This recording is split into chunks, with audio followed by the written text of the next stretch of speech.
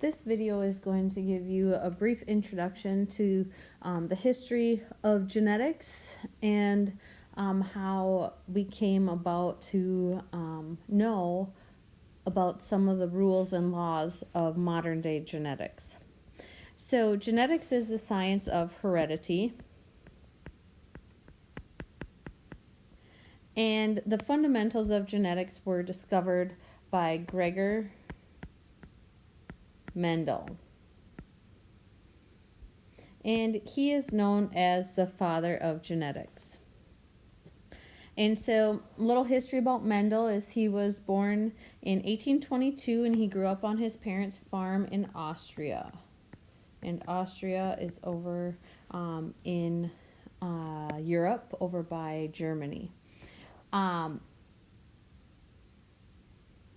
He went to school and did really well in his school, and he eventually became a monk. A monk is kind of like a priest or a pastor. He's got ties to the religious communities.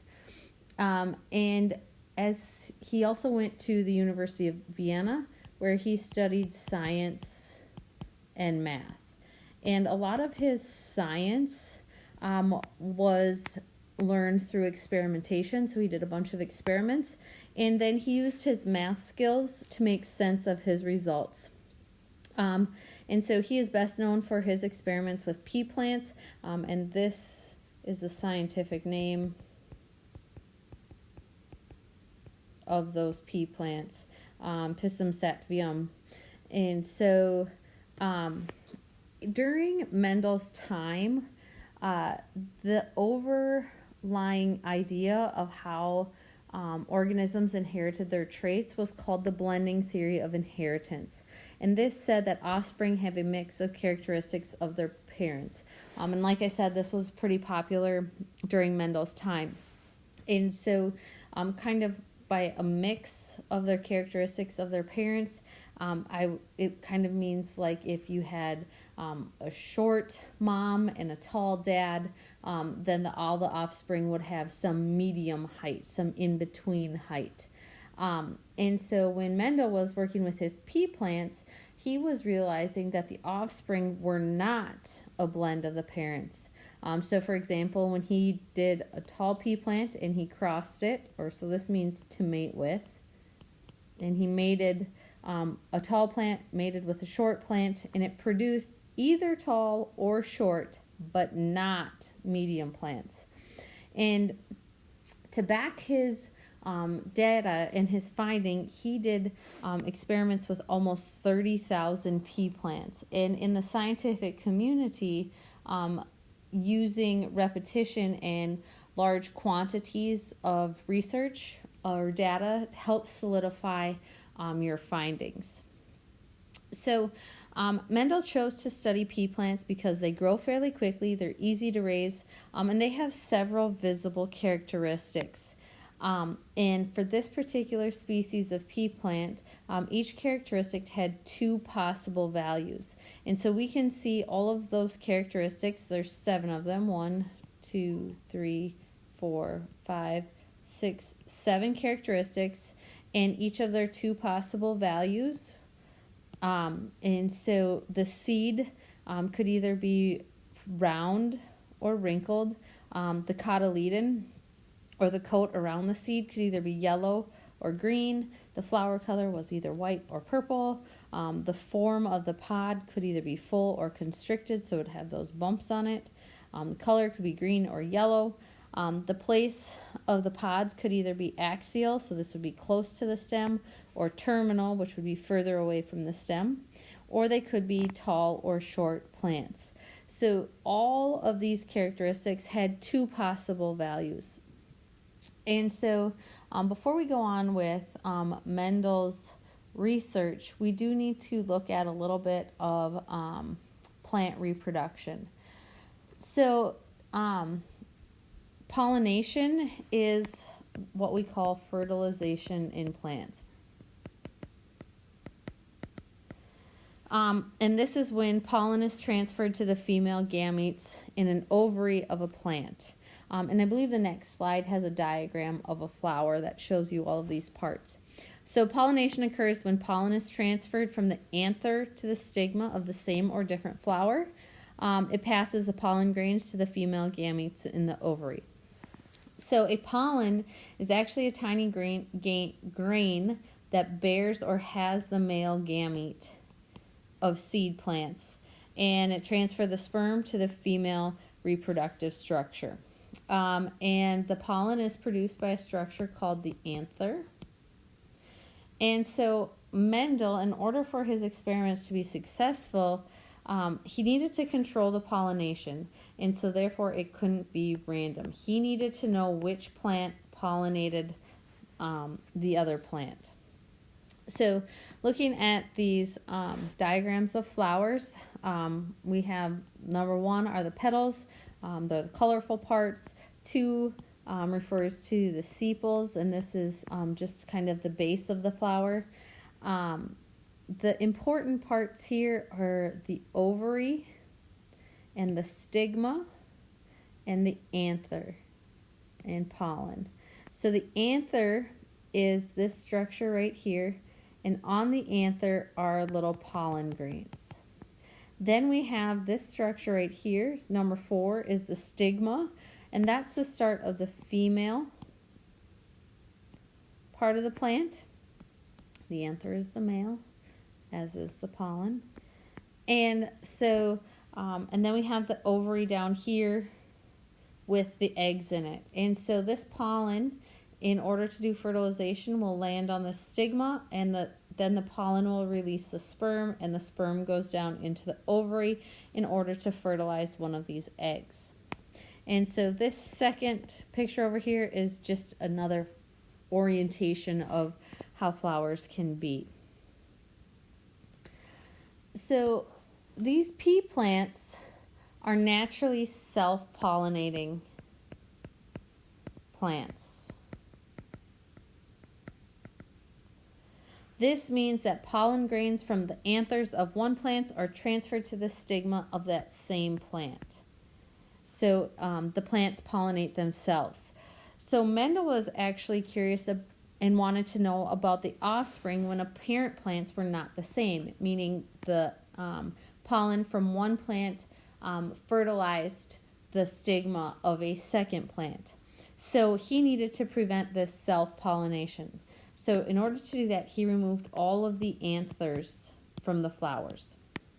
And then he used the pollen from those anthers that he removed to pollinate the stigma of the flower of his choice.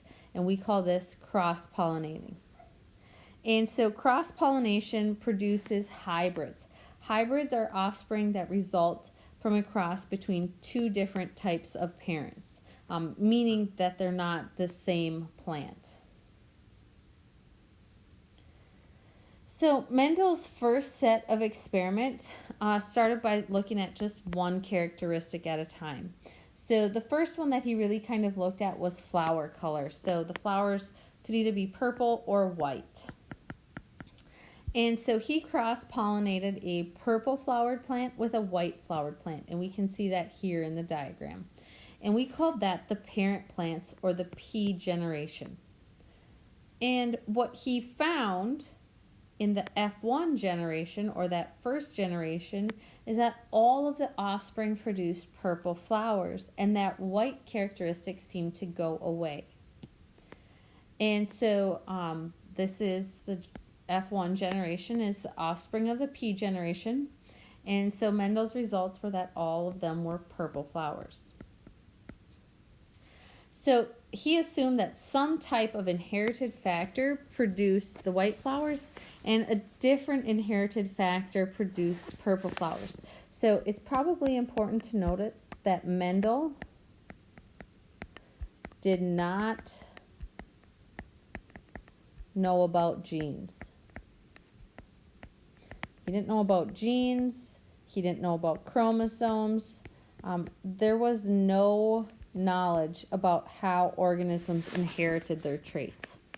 So this was a pretty big assumption right here, assuming that there was some type of inherited factor. So he wanted to know if the white flower just disappeared.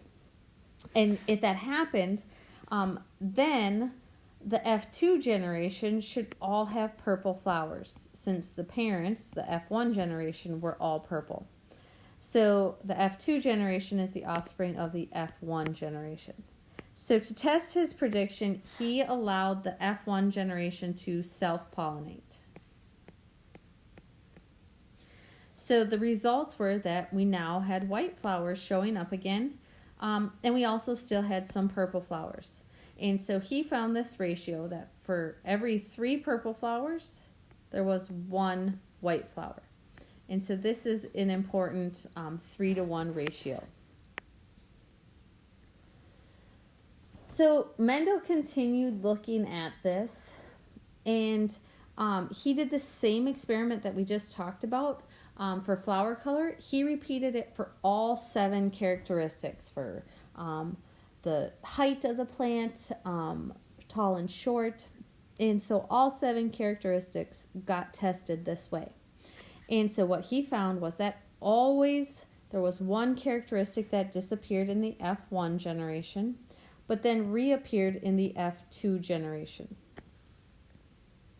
And not only that, he found that 3 of the F2 plants had 1 value of 1 characteristic and 1 had the other value. So this 3-to-1 ratio held true for all 7 characteristics.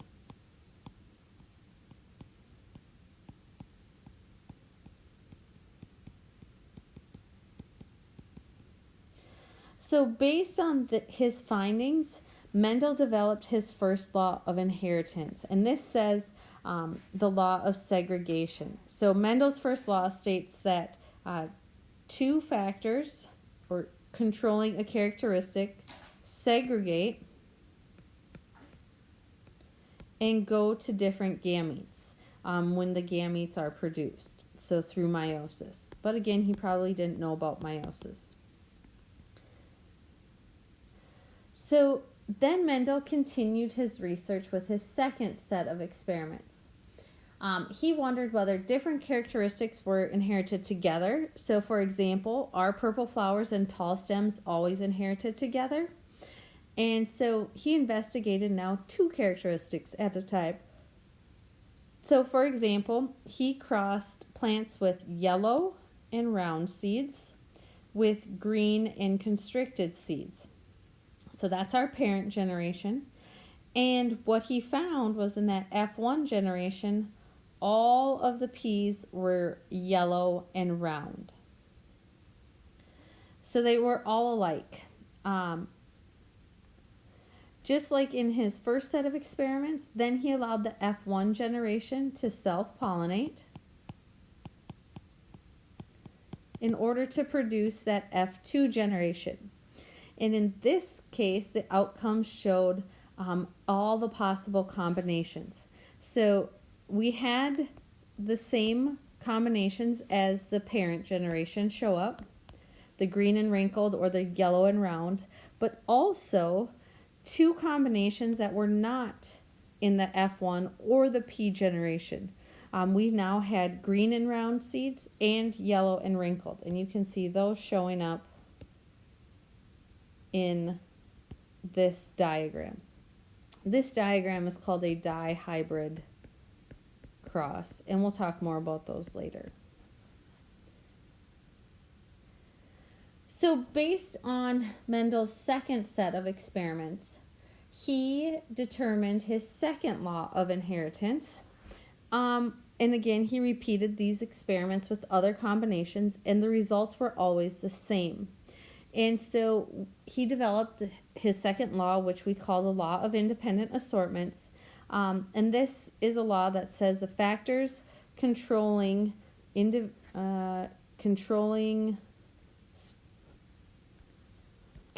different characteristics are inherited independently of each other. So that means just because you have blonde hair does not mean you will automatically have blue eyes. So characteristics are inherited independently of each other. So all of this was great and fantastic. It's groundbreaking, actually. However, it didn't impact science as soon as he discovered this.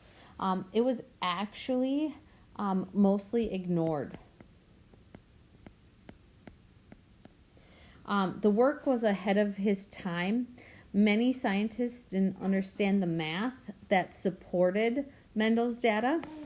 Mendel also didn't have a reputation among the scientific community. Remember, he was a monk. He had religious obligations. And he also had limited published work. So he didn't really get the word out about his finding. He did publish an article called Experiments in Plant Hybridization in 1866, and actually sent it to prominent libraries in several countries, and even he sent it to 133 natural science associations. He even sent carefully marked experiment kits to this guy named Carl von Nageli, and he was a leading botanist of the time. And Nageli pretty much ignored Mendel's results, and he even sent a different type of seeds to Mendel instead of pea plants. Van Nageli said that he should use hawkweed seeds. However, that wasn't going to work because hawkweed seeds reproduce asexually, so all of the offspring would be genetically identical to the parent, which wasn't what Mendel was researching. So in 1859, a little bit before Mendel's publication came out, Darwin published his book on evolution. But Darwin didn't know anything of Mendel's work, which it would have helped Darwin's argument for evolution if a little more convincing if he would have known about Mendel's work. And so there was just this big gap in communication between these two huge scientific advancements. So Mendel's work remained virtually unknown until 1900. And then 3 different scientists independently arrived at Mendel's laws. They all had done their own experiments, and they were very similar to Mendel's, and they had done them separately. So then the more scientists learned about heredity, the more they were able to describe Mendel's ideas in terms of genes, and this is how genetics came to be. So it took quite some time after Mendel's work in order for him to be really appreciated. So now to put kind of a modern spin on some of the stuff that Mendel was doing, we now know that characteristics of organisms are controlled by genes, and those genes are located on chromosomes. So the locus of a gene is the location of a gene on a chromosome. So sexually reproducing organisms have 2 copies of the same gene. 1 copy comes from each parent. And so genes for a characteristic can have different versions, and we call those different versions alleles. There can be 1, 2, or even more different versions of the same gene, and we call those alleles. And alleles are represented by either capital or lowercase letters. So in the example of the pea plants, 1 allele would be for purple color flowers, and a second allele would produce white color flowers. So the different alleles account for much of the variation in characteristics of organisms that we know today. So here we have a pair of homologous chromosomes. Notice they're the same size, the same shape, and they have the same banding. And each of these bands, maybe I'll change colors here, sorry. Each of these bandings represent different genes. And so you can see that these are the locus or the locations for a specific gene. Here would be 1 gene, let's call it gene A, on the first chromosome, and here would be its matching partner on the second chromosome. And so that's where the allele for white flower color is located. It's the location. It's right above. This would be where the centromere would form. So during meiosis, the homologous chromosomes separate and go to different gametes, which allows the two alleles for each gene to also go to different gametes. This shows that different chromosomes assort independently. That's showing that we don't inherit two traits together all the time. The alleles are shuffled or recombined in each parent's gametes because of meiosis. So zygotes inherit two alleles from each, or one allele. They inherit two alleles for each gene. One comes from each parent. So the genotype is the alleles an individual inherits at a particular genetic loci. The two alleles may be the same or different. If they are the same, it is referred to as a homozygous, and if they are different, it is referred to as heterozygous. So here for flower color would be your homozygous options, big B, or little b. If you're a heterozygous, you would have the genotype big B, little b. The genotype then dictates the phenotype. And the phenotype is the characteristics of an organism, and it depends on how the genotypes is expressed. So it's actually what we see when we talk about characteristics. So this would be actually producing purple or white flowers. So we further now know that we have a dominant and a recessive allele. A dominant allele is an allele that hides the presence of another allele for the same gene when they occur together in a heterozygote. So a heterozygote would look like this. So the dominant allele is written as the capital letter. Your recessive allele is the allele that is hidden in the presence of another allele for the same gene when they occur together in the heterozygote. So when we have the big B, little b, the recessive allele is now written as a lowercase. So this chart tells you possible genotypes and phenotypes for flower color. And so the dominant allele produces a purple flower, and the white allele the recessive allele produces a white flower. So you have the three possible genotypes, big B, little b, and little b. And when you have the two dominant alleles, big B, it produces purple flowers. When you have big B, little b, or the heterozygous, it also produces purple flowers because this dominant allele hides this recessive one. It's like it's not there. And then the only way to show a white flower is to have both recessive alleles present. So that's a little bit of history with how the science of genetics came to be and how it has helped us develop a modern understanding of genetics.